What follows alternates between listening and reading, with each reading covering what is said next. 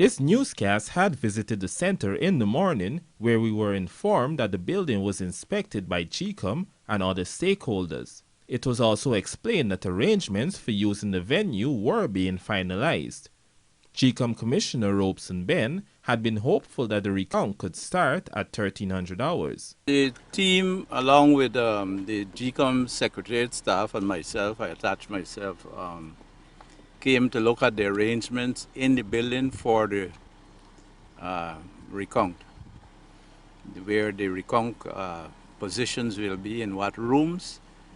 There's still some things to be clarified, but that's what's happening. There's a question of whether things should be spread out or in one place. That's one question we'll have to resolve. However, up to 1600 hours, the count had not started. Liberty and Justice Party, LJP, presidential candidate Lennox Schumann was very critical of the delay. There has been a lot of back and forth that really disturbs us. Initially, they had hammered out an agreement. We were exposed to the terms of reference this morning as to how they're going to get everything done, and only to find out that they were supposed to come here and sanitize the place. They've sanitized the place. They've gone through what they needed to, and then we heard that they wanted to spray the place for COVID-19. I don't know what kind of insanity is that, because as far as I know, this place has been fairly closed for a while.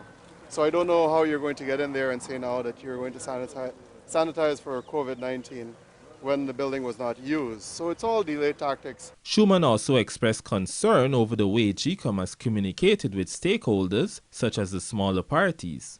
He was hopeful, however, that they could have started soon after 1600 hours. Indeed, a container with the first batch of ballot boxes arrived shortly before. Obviously, GCOM did not get a hold of us because we are expecting that they're going to provide last-minute notification to us and then have everyone hurry up to get here. So we are doing our homework, we're being proactive, so we're here whenever they're ready to start. We are prepared to execute this recount.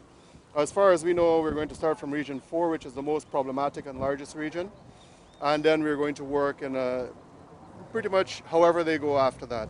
But I think once we get a good picture of what Region 4 numbers say, I think we would pretty much know or determine from that point who the victors would be in this election. Meanwhile, GCOM communicated that an agreement between the leaders of the two main parties and Caricom would have to be signed.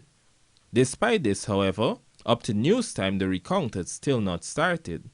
Jarrell Bryan, The Evening News.